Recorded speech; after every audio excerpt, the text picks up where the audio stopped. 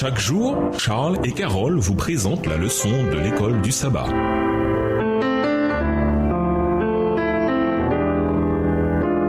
Bienvenue dans votre émission. Dieu nous parle. Nous voilà à la leçon 3. Dieu nous appelle à sa mission. Étude de la semaine, Genèse 11, les versets 1 à 9, Genèse 12, les versets 1 à 3, Daniel 9, les versets 24 à 27, Matthieu 1, le verset 21, Genèse 12, le verset 10 à Genèse 13, le verset 1, Acte 8, les versets 1 à 4 et Acte 1, le verset 8.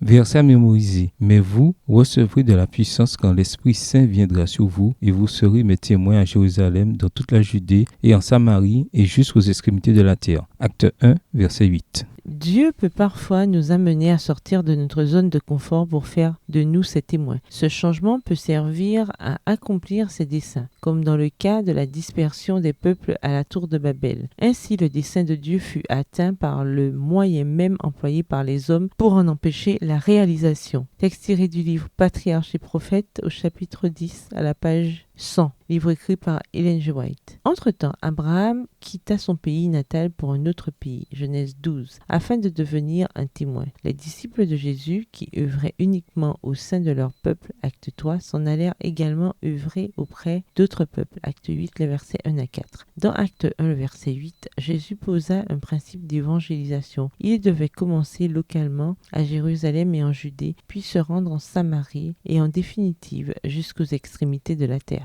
Toutefois, même si nous ne quittons pas notre pays, Dieu veut que nous tendions la main à ceux qui nous entourent. Quand l'église de Jérusalem commença à se reposer sur ses lauriers, ses membres furent dispersés. La persécution arriva et les gens souffrirent. Mais ces événements malheureux devinrent un moyen de partager la bonne nouvelle dans le monde entier. Au revoir. Et à demain si Dieu veut.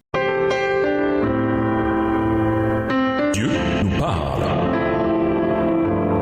Chaque jour, Charles et Carole vous présentent la leçon de l'école du sabbat.